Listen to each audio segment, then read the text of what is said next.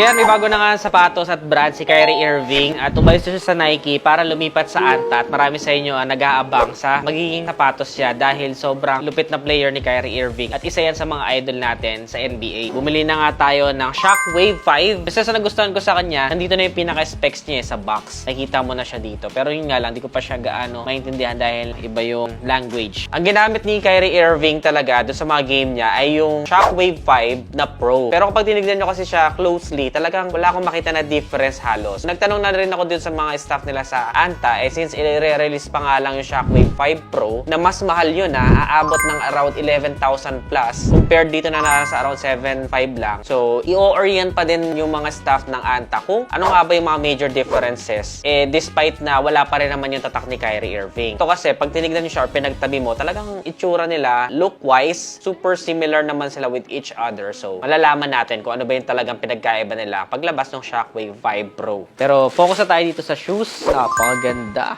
So, ito na nga, netizens, ang Saltation na colorway. Actually, madami pang ibang colorway doon sa Anta store nung tayo ay nag-vlog doon at bumili nito. Yun nga lang, ang meron lang size is itong Saltation na colorway na nabili ko, which is size 8. Usually, nasa 8.5 pataas kasi yung mga available nila doon na sizing. Pero since chuchusi pa ba tayo, di ba? Minsan lang tayo makita ng size natin. At saka nagustuhan ko din naman kasi parang may pagka white and purple, parang powder or pastel color pa yung pagka-purple niya. Tapos, kailangan ko rin kasi ng comfortable na sapatos during outdoor use. Kapag nag-outdoor game kami, ay ito yung isa sa gagamit ko kasi yung makikita nyo yung kanyang pinaka-outsole dito ay hindi siya translucent. So, good for outdoor siya. Napansin ko na agad ay yung carbon fiber niya na napakalaki dito sa may bandang gitna. Ngayon, kung mapapansin ninyo, kakaiba talaga yung pinaka-design niya. At ito yung medyo pumukaw na attention ko pagdating sa mga Anta shoes dahil iba yung approach nila pagdating sa sapatos. Parang sulit na sulit yung pinambili mo dahil there's so much details going on. And ayon nga sa Anta, ay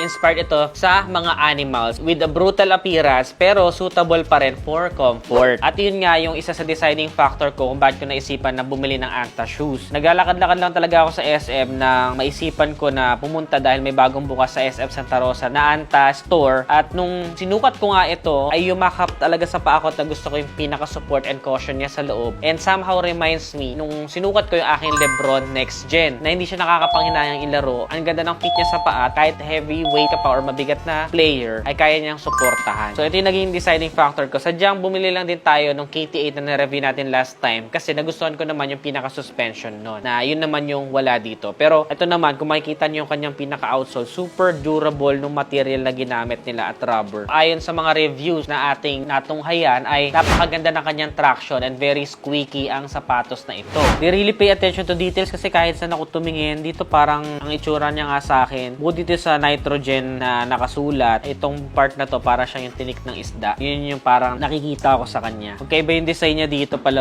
sa pinaka-tongue part niya. Medyo nag-deviate sila sa norm sa mga konsepto ng dinidesign nila. Kagaya dun sa KT8, magkaiba naman yung sa may heel part, dito naman magkaiba yung sa may bilog, no? Hindi laging symmetrical yung gawa nila. Meron siyang unique style pagdating sa design. Yung lining din ng tongue niya, kung makikita nyo, is very nice at super ganda ng quality. Tapos nagustuhan ko rin itong parang maliit na detail nila sa dulo na para siyang may metal na maliit dito pero actually hindi naman talaga siya metal material. Ang dami talagang going on within the shoes at nagustuhan ko na rin, medyo nagsisink na rin sa akin yung kanyang pinaka-logo. Bali, easy to recognize of course. Gusto ko rin yung pop-up ng kulay ng orange para medyo mabasag naman yung pagiging plain niya na cool color lang. Nagkaroon tayo ng konting warm color para medyo mas mag-pop up sa mata when you see it. Okay? Sukatin naman natin ang kanyang timbang. So we have around 387 grams dito sa kanyang right side habang 380 naman dito sa kanyang left side. So ayan, syempre nakita na natin yung kanyang pinaka-physical appearance. Ngayon, subukan naman natin siya sa court.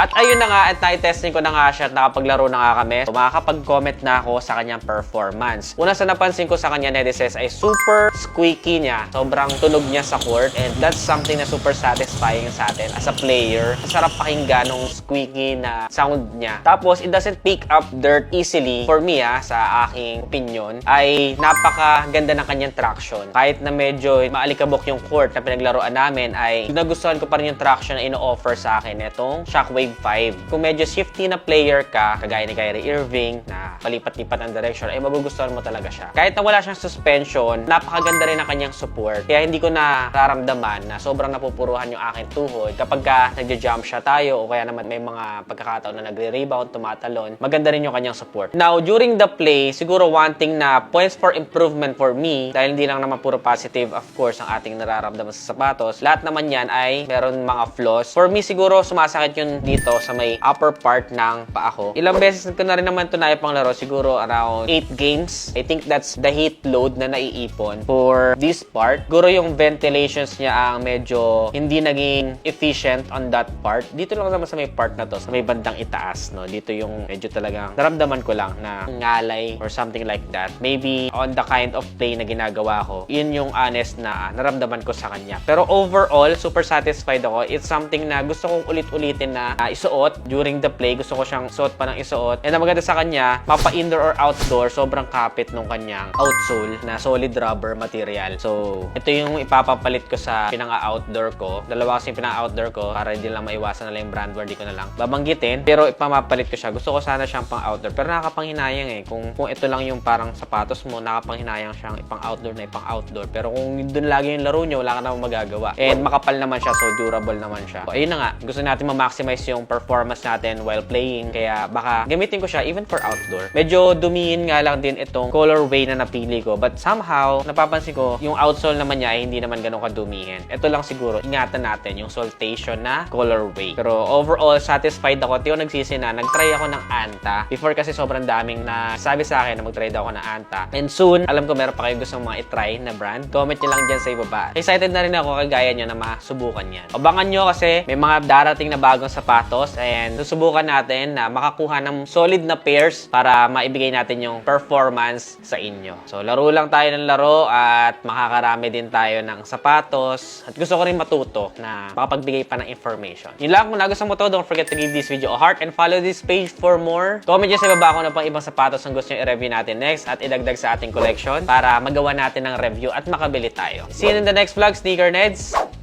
Bye!